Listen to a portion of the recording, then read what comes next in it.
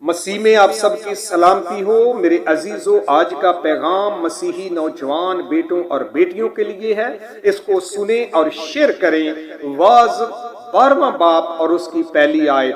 اور اپنی جوانی کے دنوں میں اپنے خالق کو یاد کر جبکہ برے دن ہنوز نہیں آئے اور وہ برس نزدیک نہیں ہوئے جن سے تو کہے گا کہ ان سے مجھے کچھ خوشی نہیں۔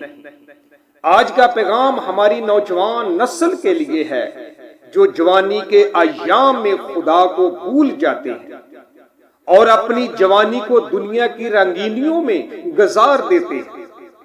کیا فائدہ اس جوانی کا جس میں خدا کی خدمت نہ کی جائے؟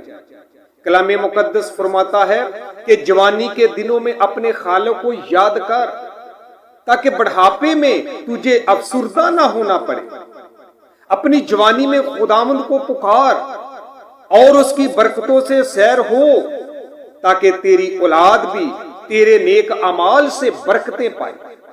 اپنی جوانی کو بدی کی راہ میں ضائع نہ کرو، گزرا وقت کبھی ہاتھ نہیں آتا۔ کہیں ایسا نہ ہو کہ زندگی میں صرف جوانی کی خطاؤں کا پچھتاوا رہ جائے اور معافی کے لیے سارے دروازے بند ہو چکے ہوں۔ اے جوان نسل، خدا کے پاس آؤ، وہ دونوں ہاتھ پھیلا کر آپ کو اپنی طرف بلا رہا ہے۔